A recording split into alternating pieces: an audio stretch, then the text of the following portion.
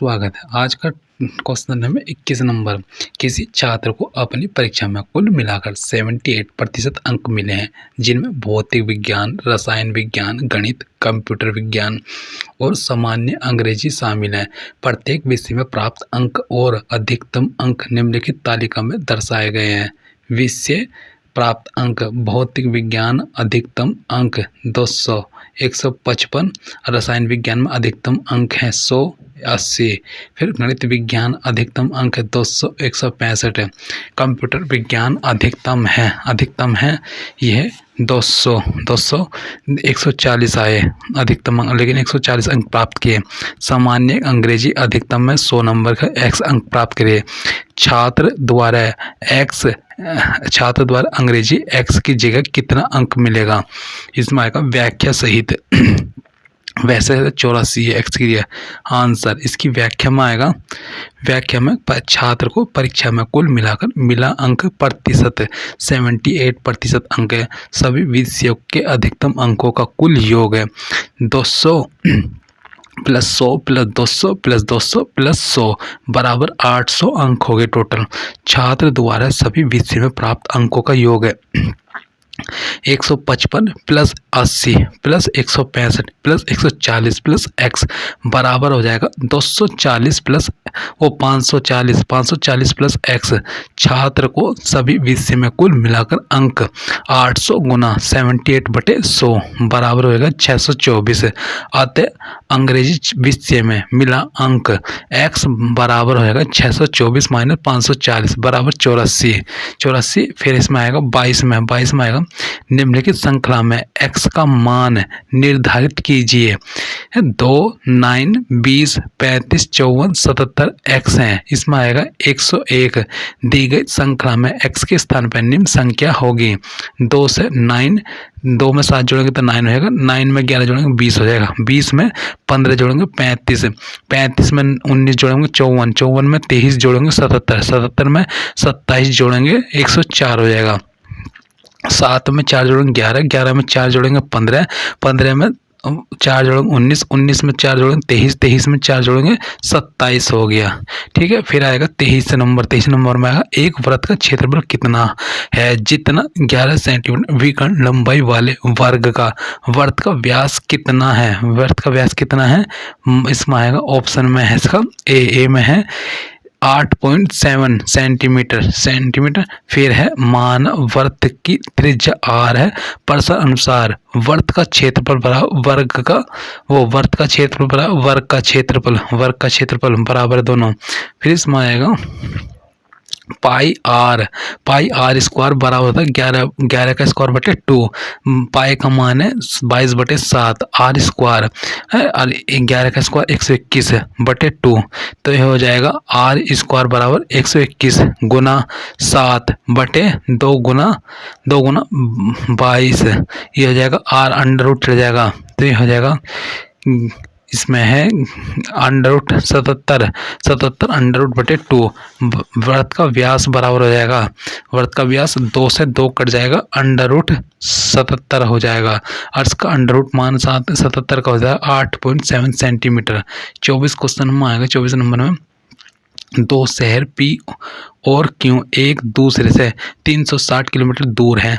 एक कार स्थान P से स्थान Q को 40 किलोमीटर प्रति घंटे की रफ्तार से जाती है तथा यह P स्थान पर 60 किलोमीटर प्रति घंटे की रफ्तार से लौटती है। कार की औसत रफ्तार कितनी है? इसमें आएगा बी में आएगा 48 किलोमीटर प्रति घंटा। स्थान P से Q की ओर जाते समय कार की चाल 40 किलोमीटर प्रति घंटा। स्थान Q से P की ओर आते समय कार की चाल होगी 60 किलोमीटर प्रति घंटा। औसत चाल बराबर 2AB Guna A Guna B बराबर होगा 2 गुना 60 गुना 40 बटे 60 प्लस 40 बराबर 40 किलोमीटर प्रति घंटा। फिर युक्त तर्क में आएगा कथन है 25 में। कथन कुत्ते सरीसृप नहीं होते, इसमें कौन सा पद वितरित है? इसमें है सी में आएगा उद्देश्य और विधेय पद दोनों। दिया गया कथन कि कुत्ते सरीसृप नहीं होते। मैं, उद्देश्य और विधेय दोनों पद वितरित हैं। तर्क वाक्य के अंतर्गत उद्देश्य तथा विधेय पद कहलाते हैं। पद कोई एक शब्द वर्ड भी नहीं हो सकता तथा शब्द समूह भी हो सकता है। वह उद्देश्य विधेय भी हो सकता है। अंग्रेजी भाषा के अंतर्गत पद तर्क वाक्य में दोनों किनारों पर होने की वजह से टर्म कहलाता है। टर्म शब्द लैटिन भाषा के टर्मिनस का संक्षेपित रूप जिसका अर्थ है सीमा या छोर। उद्देश्य या विधेय तर्क। उद्देश्य या विधेय तर्क वाक्य की दो सीमा या छोर है। उद्देश्य आरंभ में होता है तथा विधेय अंत में होता है। संक्षेपित में पद शब्द को परिभाषित करते हुए कहा जा सकता है कि वह एक पद या शब्द समूह है जो अकेला किसी तर्क वाक्य का उद्देश्य या विधेय बन जाता है। तर्क वाक्य के अंतर्गत जिसके संबंध में कुछ कहा जाता है वे उद्देश्य कहलाते हैं। तर्क वाक्य में उद्देश्य के संबंध में जो कुछ बताया गया है वह विधेय कहलाता है। सभी बिल्लियां स्तनधारी हैं का परिवर्तित वाक्य है ऑप्शन सी में आ जाएगा। सी में कुछ स्तनधारी बिल्लियां हैं। इसमें आएगा व्याख्या में दिए गए वाक्य को इस प्रकार से स्पष्ट किया जा सकता है। वाक्य सभी बिल्लियां स्तनधारी है। स्तनधारी पर बिल्लियां। फिर इसमें है नीचे इस वाक्य का परिवर्तित रूप होगा कि कुछ स्तनधारी बिल्लियां हैं। 27 में आएगा तर्क की भारतीय शास्त्रीय परंपरा के संदर्भ में निम्नलिखित पद पर विचार कीजिए। इसमें आ जाएगा इसमें है फर्स्ट 27 का जाएगा तर्क वाक्य में तर्क की भारतीय शास्त्रीय परंपरा के संदर्भ में यह निम्नलिखित प्रकार से संबंधित है। तर्क केवल युक्ति के रूप से संबंधित है। तर्क केवल युक्ति विषयक से संबंधित है। फिर है 28 में मिस्टर एक्स एक मलिन बस्ती में रहता है और वह बेरोजगार है, इसलिए मिस्टर एक्स मंत्री बनने योग्य है। इस युक्ति से हेत्वाभास का कौन सा प्रकार प्रदर्शित होता है? ऑप्शन बी में आएगा एड मिजरिकॉर्डियम। फिर इसमें आएगा एक्स मिस्टर एक्स एक मलिन बस्ती में रहता है और वह बेरोजगार है, इसलिए मिस्टर एक्स मंत्री बनने योग्य है। इस युक्ति में एड मिजरिकॉर्डियम हेत्वाभास प्रदर्शित हो रहा है।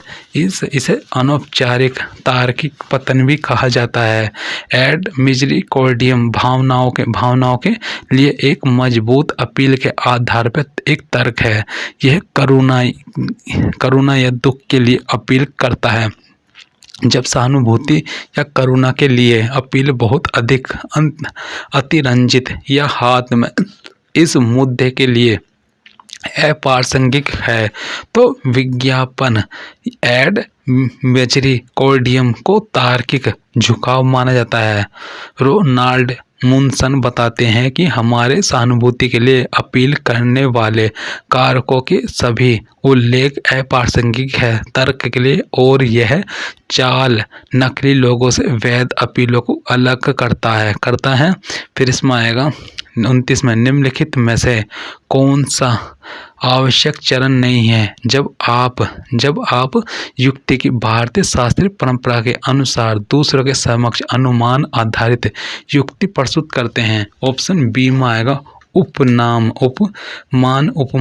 जब हम युक्ति की भारतीय शास्त्रीय परंपरा के अनुसार दूसरों के समक्ष अनुमान आधारित युक्ति प्रस्तुत करते हैं तो निगमन, उपमान तथा अपने उसके आवश्यक चरण होते हैं, जबकि उद्धरण इसके चरण में शामिल नहीं होता। भारतीय दर्शन में ज्ञान प्राप्ति के साधनों का नाम प्रमाण है। प्रमाण के 4 प्रकार प्रत्यक्ष, अनुमान, उपमान एवं शब्द। अनुमान के द्वारा जो ज्ञान प्राप्त होता है उसका नाम अनुमति।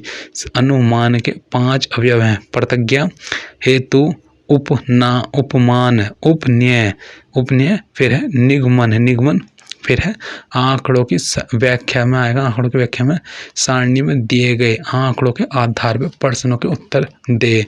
निम्नलिखित सारणी पर विचार करें जिसमें वर्ष 2013-18 के दौरान कंपनी ए का मुनाफा प्रतिशत, कंपनी बी की आय तथा कंपनी बी का व्यय पर व्यय एवं प्रतिशत लाभ प्रतिशत की गणना करने का सूत्र दर्शाया गया है। वर्षवार वित्तीय विवरण वर्ष है ये 2013 से। कंपनी ए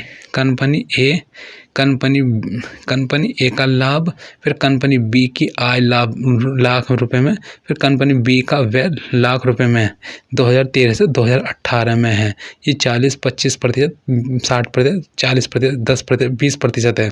48.6, 35, 62.4, 77 है, 80, 72 है, 36, फिर है 25, 48, 44, 50, 45 है। फिर जहाँ लाभ प्रतिशत बराबर आय माइनस व्यय बटे व्यय गुना 100। 30 में आएगा कंपनी बी का प्रतिशत लाभ किस वर्ष सबसे अधिक था।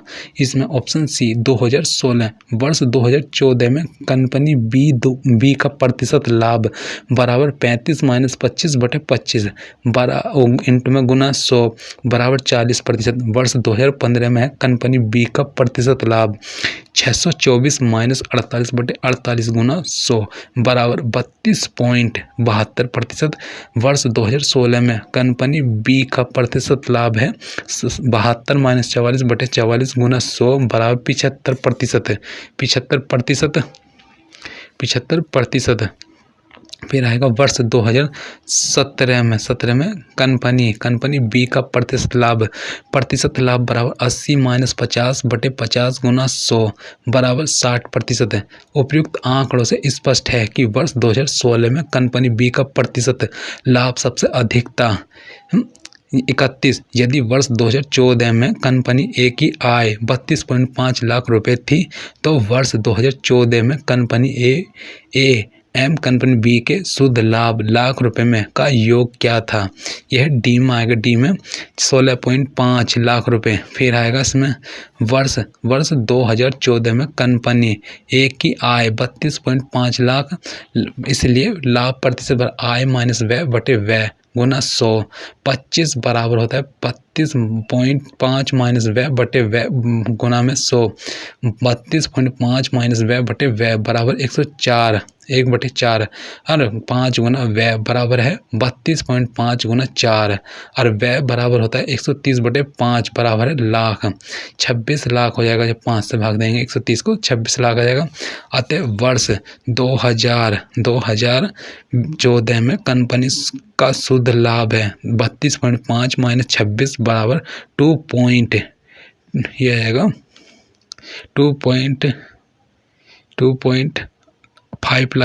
लाख तथा वर्ष 2014 में कंपनी का शुद्ध लाभ आ जाएगा। शुद्ध लाभ 35 माइनस 25 बराबर 10 लाख है। अतः दोनों कंपनी के शुद्ध लाभ का योग है 10 प्लस 6.5 बराबर 16.5 लाख है 16.5 लाख। फिर यदि वर्ष 2018 में कंपनी ए की आय 90 लाख रुपए थी तो वर्ष कंपनी बी तो उस वर्ष कंपनी बी का शुद्ध लाभ कंपनी ए के शुद्ध लाभ से कितना प्रतिशत अधिक है। ऑप्शन डी में 80% है। वर्ष 2018 में कंपनी ए की आय बराबर 90 लाख, इसलिए 20 बराबर व्यय माइनस 90 माइनस व्यय बटे व्यय गुना 100 बराबर है व्यय बराबर 75 लाख। वर्ष 2018 में कंपनी ए का शुद्ध लाभ बराबर 90 माइनस 75 बराबर 15 लाख है। फिर वर्ष 2018 में कंपनी बी का शुद्ध लाभ है 72 माइनस 45 बराबर 27 लाख है। दोनों के शुद्ध लाभ में अंतर 27 माइनस 15 बराबर है 12 लाख है। फिर अधिक का प्रतिशत है 12/15 गुना 100 बराबर 80%। फिर इसमें आ जाएगा ये कंपनी यदि वर्ष 2017 में कंपनी ए का व्यय 35 लाख रुपए था तो उस वर्ष कंपनी ए का शुद्ध लाभ लाख रुपए में कंपनी बी के शुद्ध लाभ लाख रुपए में का कितना प्रतिशत था? इसका है 15%। वर्ष 2017 में कंपनी का व्यय बराबर 45 लाख, इसलिए 10% बराबर हो गया आय माइनस 45/45 गुना 100, इसलिए आय माइनस 45/45 बराबर 1/10 बराबर आ जाएगा आय बराबर 49.5 लाख, शुद्ध लाभ बराबर हो गए 49.5 माइनस 45 बराबर हो गए 4.5 लाख। वर्ष 2017 में कंपनी बी का शुद्ध लाभ 80 माइनस 50 बराबर 30 लाख।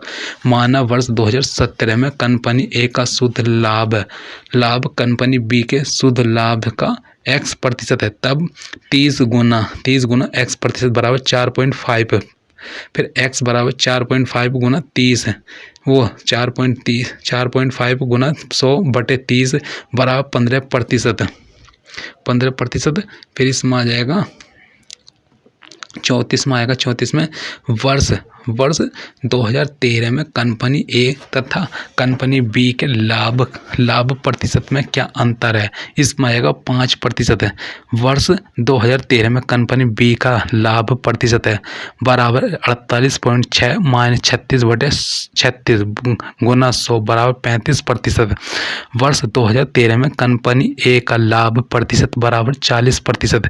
अतः दोनों कंपनी के लाभ प्रतिशत में अभिष्ट अंतर है 40 माइनस 35 बराबर 5%।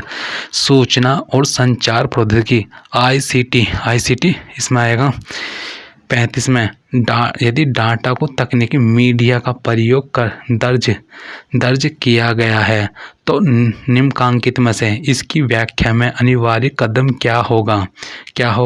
इसकी व्याख्या में आएगा यदि डाटा को तकनीकी मीडिया का प्रयोग कर दर्ज किया गया तो इसकी व्याख्या में अनिवार्य कदम लिप्यंकन होगा, जिस अनुवाद में ध्वन्यांकित सामग्री का उसी भाषा की लिपि में अंकन किया जाता है उसे लिप्यंकन कहते हैं। इसका सर्वाधिक प्रयोग पत्रकारिता में होता है। यह लेखन माध्यम आधारित अनुवाद का प्रयोग है। आजकल का इसका प्रयोग संचार माध्यम में बहुत हो रहा है। फिर 36 में है निम्नलिखित कथनों में से कौन से कथन सही है? इसमें आ जाएगा ए में आएगा लोकल एरिया नेटवर्क LAN सामान्य एक ब्रांड के कंप्यूटर पर अवस्थित होते हैं। बी में आएगा बी में परिवर्णी शब्द ISP का आशय इंटरनेट स्टैंडर्ड प्रोवाइडर से है। इसमें सही विकल्प चुने। इसमें आएगा डी में आएगा ए और बी दोनों। लोकल एरिया नेटवर्क है LAN का अर्थ है एक ऐसा नेटवर्क जिसका प्रयोग 2 या 2 से अधिक कंप्यूटर को जोड़ने के लिए किया जाता है। लोकल एरिया नेटवर्क स्थानीय स्तर पर काम करने वाला नेटवर्क है। इसका प्रयोग घर, कार्यालय या भवन में कई कंप्यूटर को एक साथ जोड़ने के लिए किया जाता है। इसमें डाटा व्यवस्थित करना आसान होता है। इसके लिए साथ डाटा सुरक्षित और अधिक गति से स्थानांतरित होती है। इसमें ISP का परिवर्ण्य शब्द इंटरनेट सर्विस प्रोवाइडर होता है, न कि इंटरनेट स्टैंडर्ड प्रोवाइडर। ISP व्यक्ति और अन्य कंपनियों को इंटरनेट की सुविधा प्रदान करती है। इंटरनेट का उपयोग करने के लिए आपको एक इंटरनेट सेवा प्रदाता की आवश्यकता होती है। अतः प्रश्नगत दोनों ही कथन सही नहीं है। फिर 37 में आएगा। 37 में निम्नलिखित में से कौन से कथन सही है?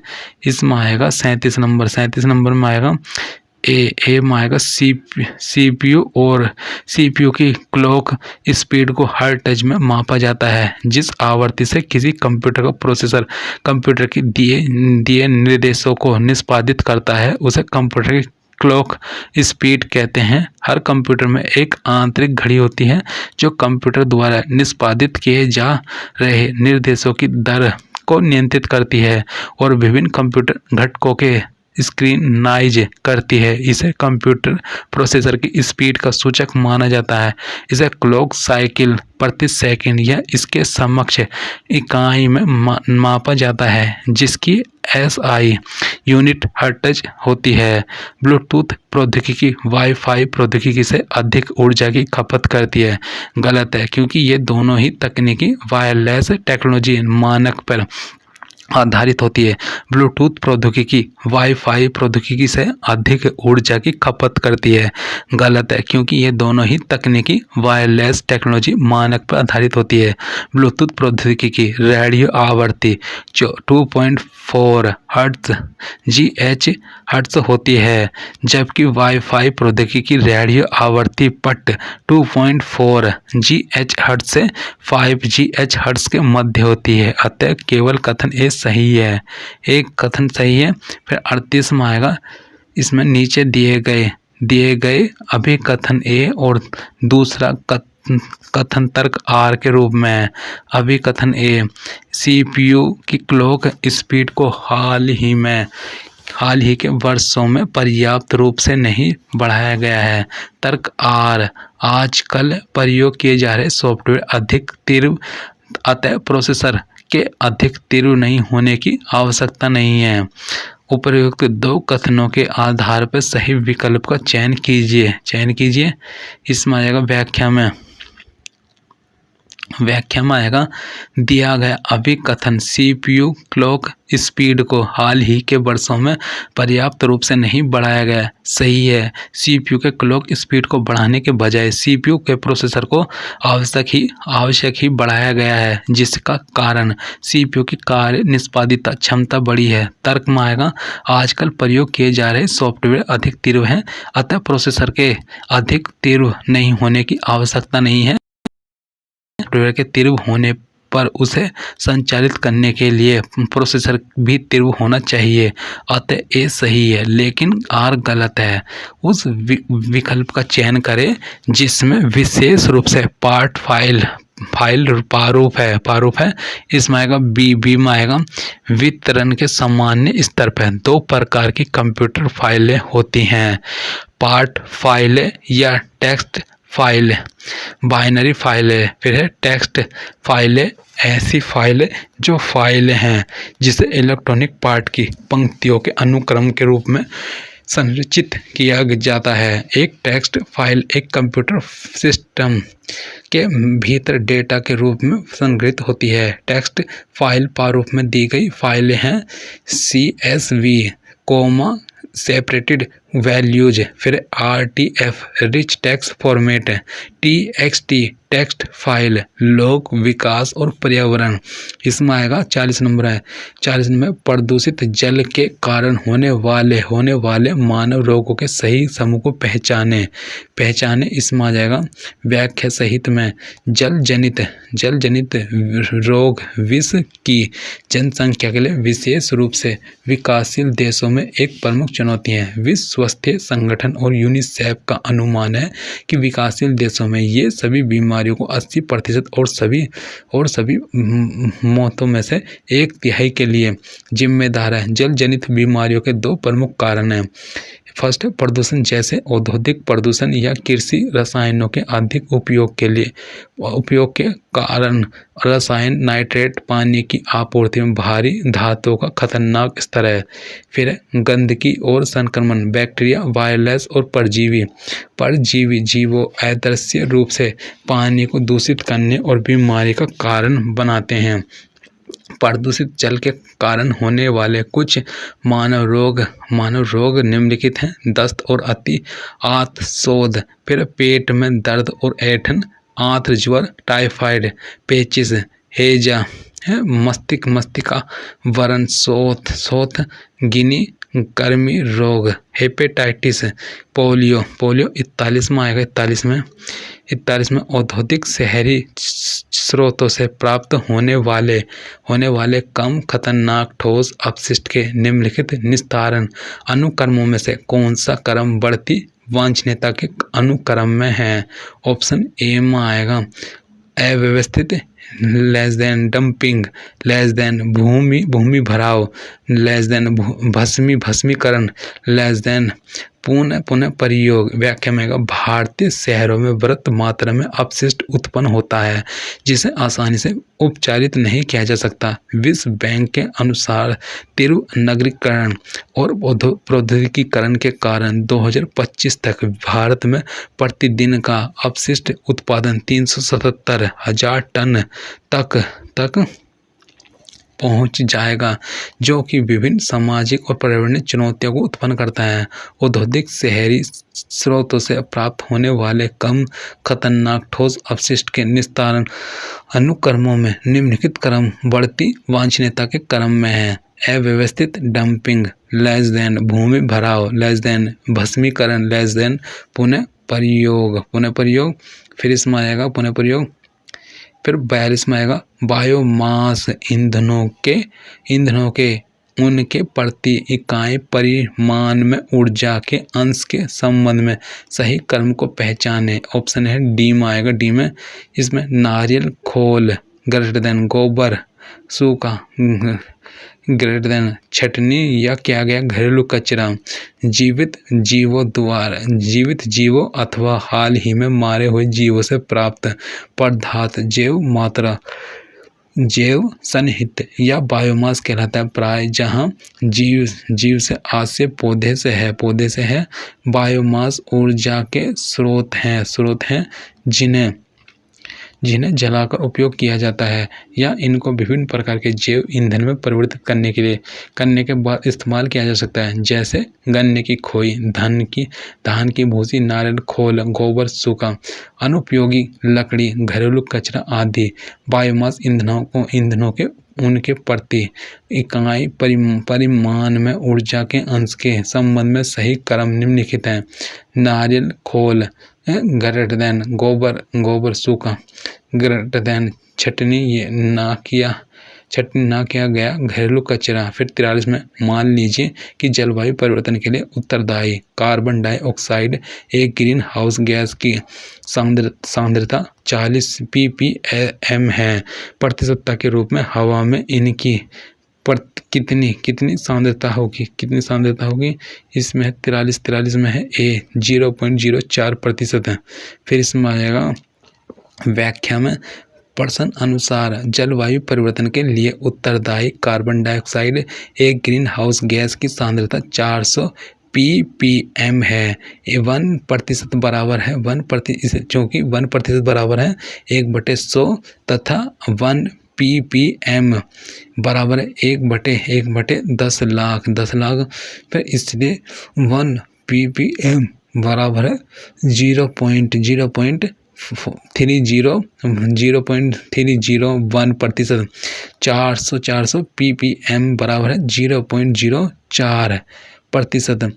ppm का पूर्ण रूप पार्ट्स प्रति मिलियन फिर मिलियन होता है। यह किसी विलयन की सांद्रता को कम करने के लिए प्रयोग होता है। किसी विलयन के 10 लाख भाग में उपस्थित विलय के भागों की संख्या को पार्ट्स प्रति मिलियन या ppm कहते हैं।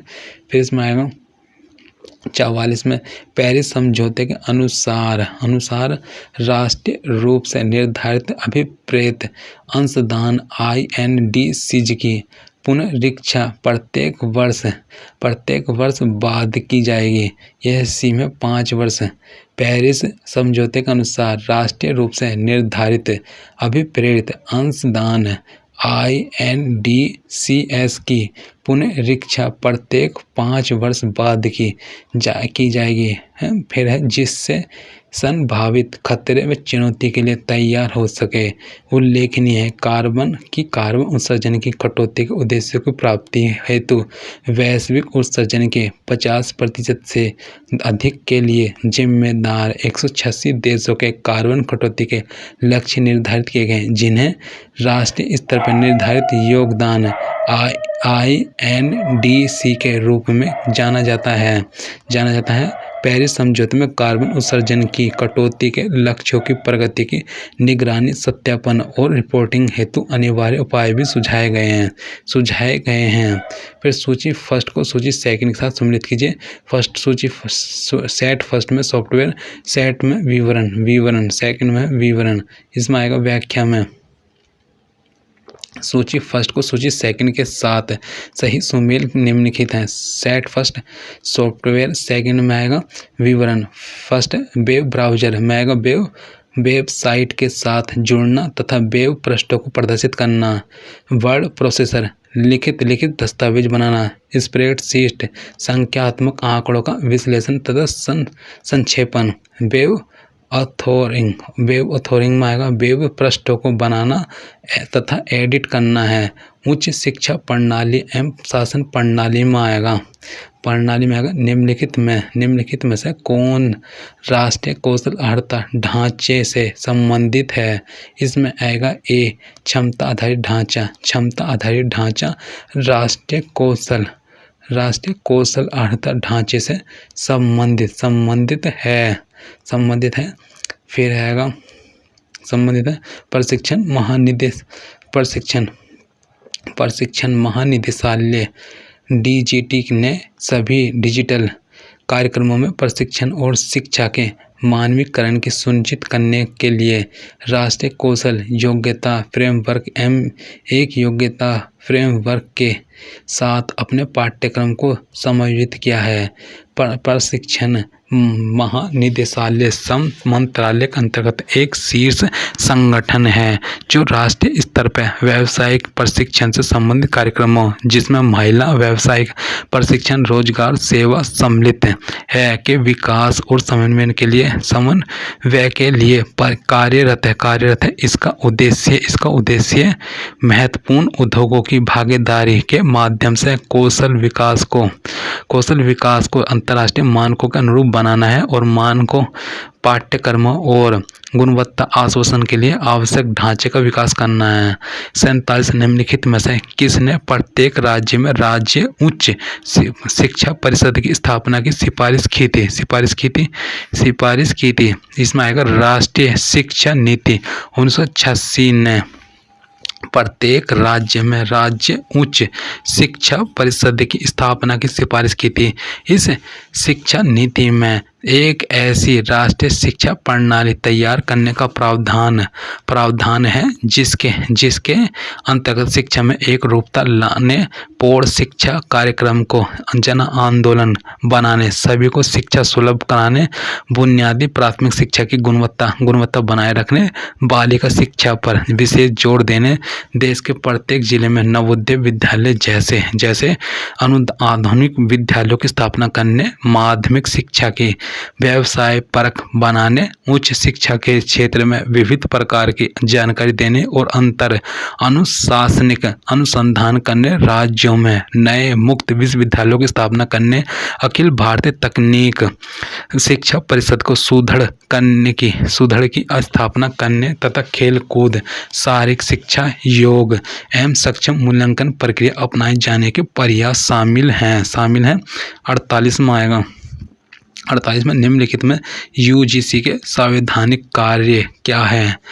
इसमें आएगा सी में विश्वविद्यालयों में शिक्षण और शोध के स्तर का निर्धारण करना और उसे बनाए रखना है।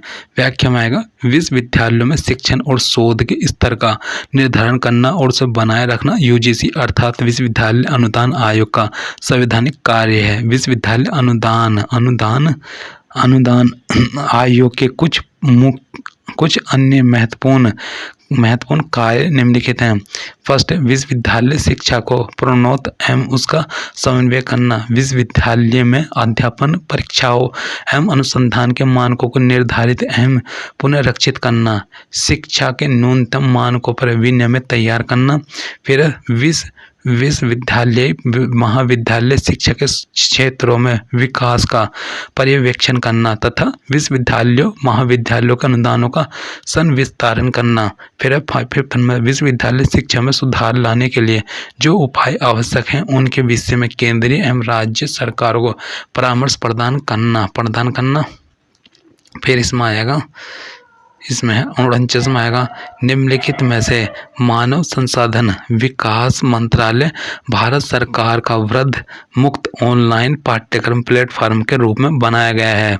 इसमें आएगा बी में, बी में स्वयं में, फिर इसमें आएगा स्वयं पोर्टल भारत सरकार के मानव संसाधन विकास मंत्रालय और अखिल भारतीय तकनीकी शिक्षा परिषद के द्वारा तैयार किया गया एक वृत्त मुक्त ऑनलाइन पाठ्यक्रम प्लेटफॉर्म है।